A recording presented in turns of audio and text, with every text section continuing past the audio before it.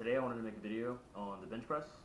It's one of the three major compound lifts that recruit the most muscle fibers, and I feel like you get the most benefit in your body from doing squat, bench, and deadlift. But this video is specifically going to be guided towards the bench press. So I have a few key points that I want to talk about.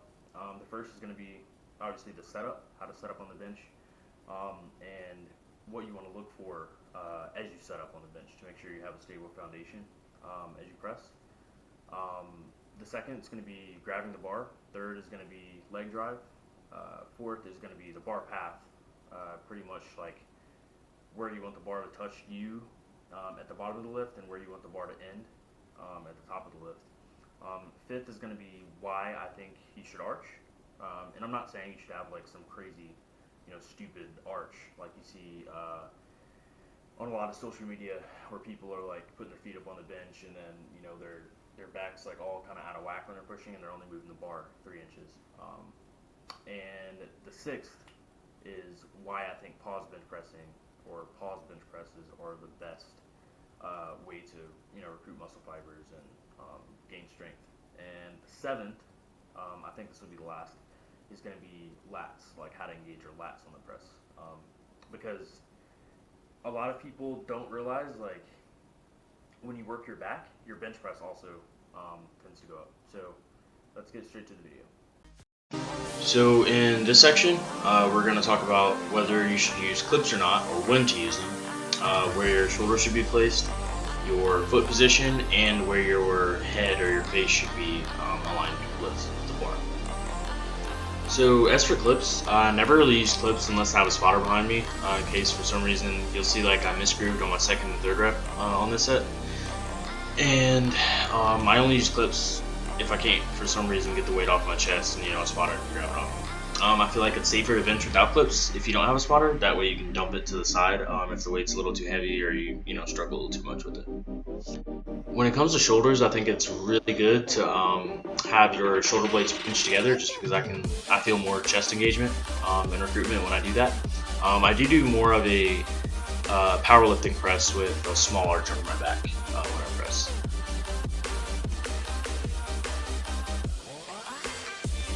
So here you're definitely going to want to make sure that your eyes or your nose are directly under the bar. Personally, I go with my nose just because it feels more comfortable for me, and I feel like I can keep my shoulders tight. So the reason you want your eyes or your nose under the bar is because when you unrack it, you don't want to have to pull down 6 or 7 inches to get the bar over your chest. You only want to have to pull it 2 or 3 inches, and that's just the easiest thing to do if you just align your eyes or your nose with the bar. Lastly, for the setup, you want to watch your foot position. Personally for me, I take a pretty wide stance. What's going to be strongest for most people is not having their feet directly under their knees, like at a 90-degree angle. You want your feet slightly behind your knees, just because when you have your heels down in that position, you can get more quad drive and like glute drive on them. Grabbing the bar. This part's simple. The way I like to start with grabbing the bar, I usually put my index finger on the ring. In powerlifting, you have to stay in contact with the ring, so you definitely want to pick a grip that's comfortable for you. I would try, instead of going from a very narrow grip to a very wide grip, or vice versa, you should add or subtract an inch to your grip every time you lift. That way you can kind of get used to where you're going to be holding the weight in the bar. Once you've got proper footing and you've unracked the bar, you're definitely going to want to make sure you use your leg drive.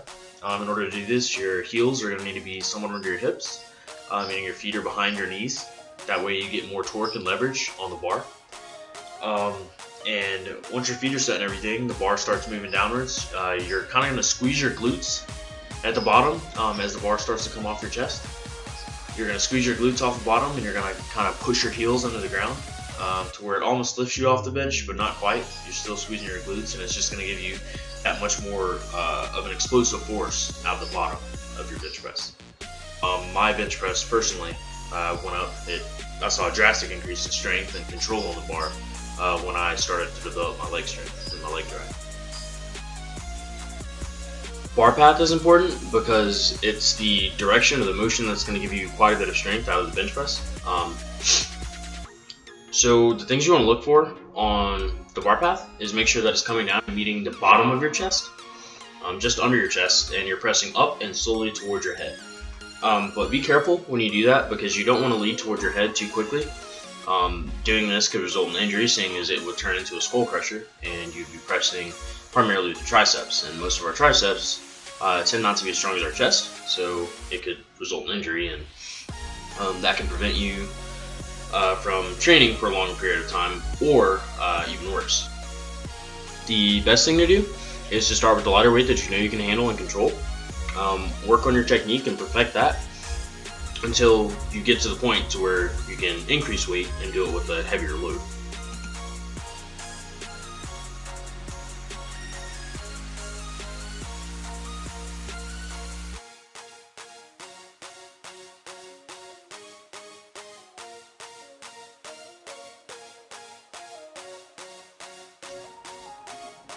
The arch. So this is a controversial topic. It definitely is safer for you to have a small arch in your back like I do in this picture. But then you find people that kind of go overboard on it. Feel free to laugh. People are kind of contorting their bodies in weird kind of places. You'll see how I get into my arch. With my lower back injury, this arching is the only way that I can actually bench press. Everyone's back naturally has a curvature. And when you flatten your back, you're kind of going against what your body's telling you that it should do. So you see how I get into my arch here. This is the only way that I can bench press any substantial amount of weight without feeling it in my lower back.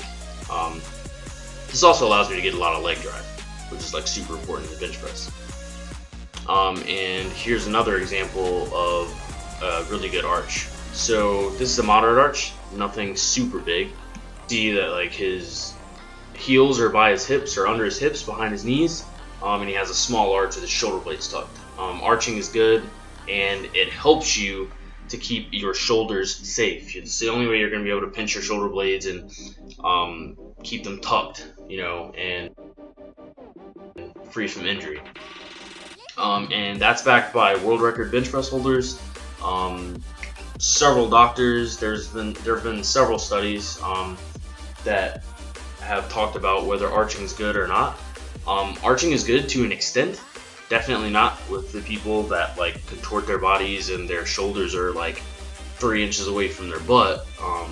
But arching in the long run definitely is worth it and will save you a lot of shoulder trouble in the future.